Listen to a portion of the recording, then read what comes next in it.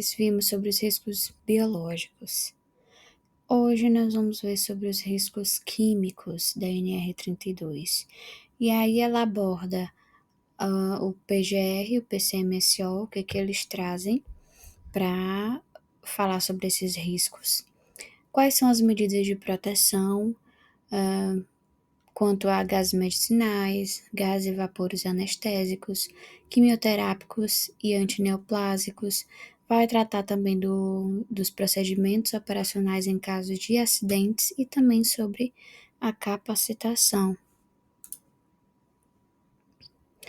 Então, primeiramente, todo recipiente que tem produto químico manipulado ou fracionado, ele tem que ser identificado com nome, composição, a concentração, a data de invase e a data de validade, o responsável também por manipular aquele recipiente contendo esse tipo de produto. O programa de gerenciamento de risco diz que é necessário haver um inventário de todos os produtos químicos daquele estabelecimento de saúde. E aí esse inventário, ele precisa ter as características e as formas de utilização, os riscos para a saúde e segurança do trabalhador, as medidas de proteção, as condições e o local de estocagem, como que deve ser armazenado esse material e os procedimentos em situação de emergência. Já o PCMSO diz que o empregador ele deve capacitar todo trabalhador que for manusear esse tipo de produto.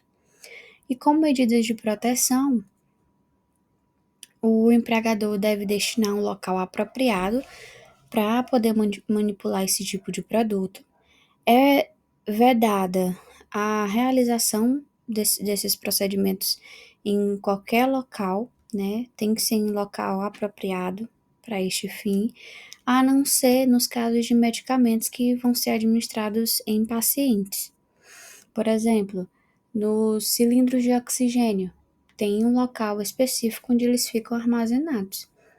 Já os postos de enfermagem, por exemplo, possui a sala de medicação, né? Lá nos hospitais, tem os postos de enfermagem em cada enfermaria, onde são realizado o preparo das medicações para ser administrado nos pacientes. Então, nesse caso, é uma exceção. O local que tiver esse risco químico deve dispor de sinalização gráfica para identificar que aquele ambiente tem risco químico, equipamentos que garantam a concentração dos produtos químicos no ar abaixo do limite de tolerância. Deve ter também equipamentos que garantam a exaustão dos produtos para não potencializar a exposição do trabalhador, chuveiro e lava-olhos, equipamento de proteção individual, de acordo com o risco, e sistema adequado de descarte. Os gases medicinais. Quais são os cuidados que a gente tem que ter com os gases medicinais?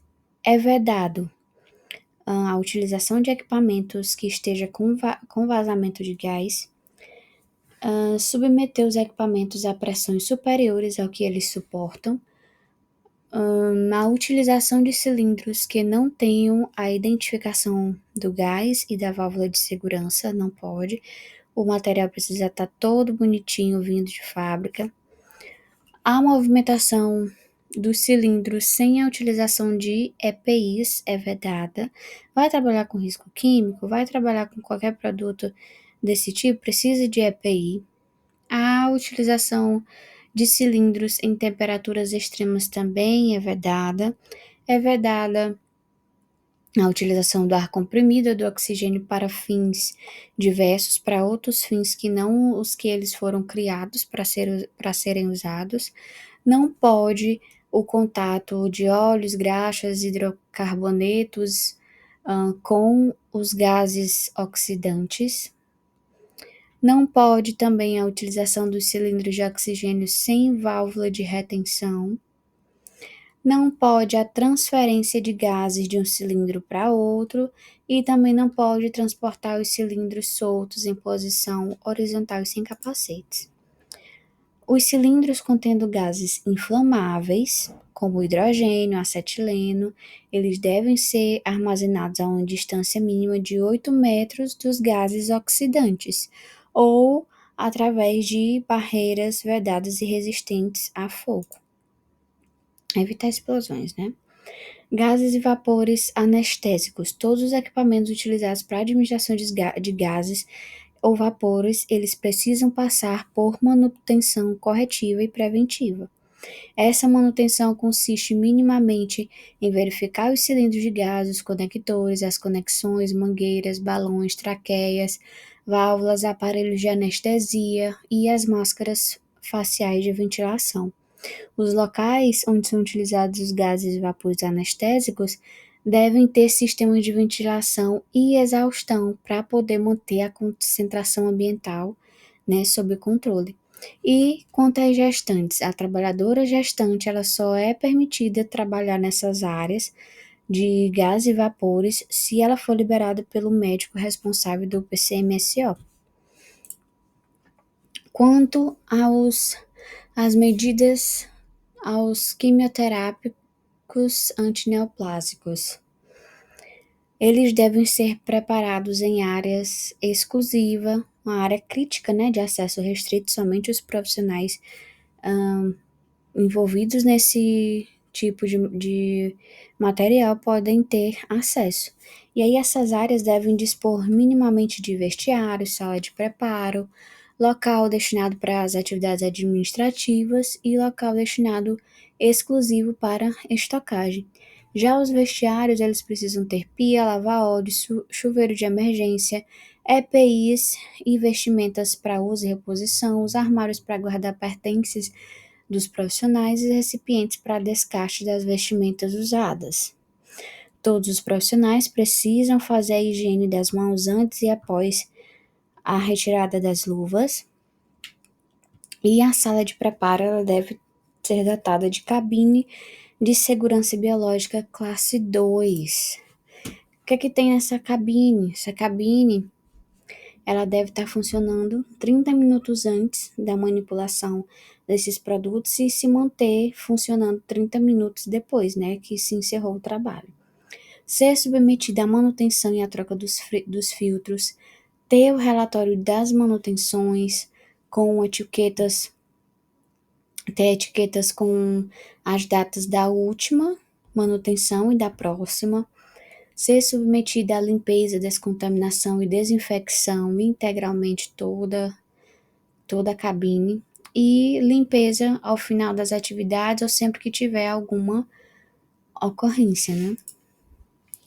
Compete ao empregador quanto aos quimioterápicos antineoplásicos, proibir fumar, comer, beber, uso de adorno, maquiagens, afastar as trabalhadoras gestantes e nutrizes, proibir que os trabalhadores expostos realizem atividades com possibilidade de exposição a esses agentes, fornecer avental impermeável, fechado nas costas com manga comprida e justa no punho, fornecer os dispositivos de segurança para minimizar a geração de aerossóis e também dispositivos de segurança quanto à prevenção de acidentes durante os transportes.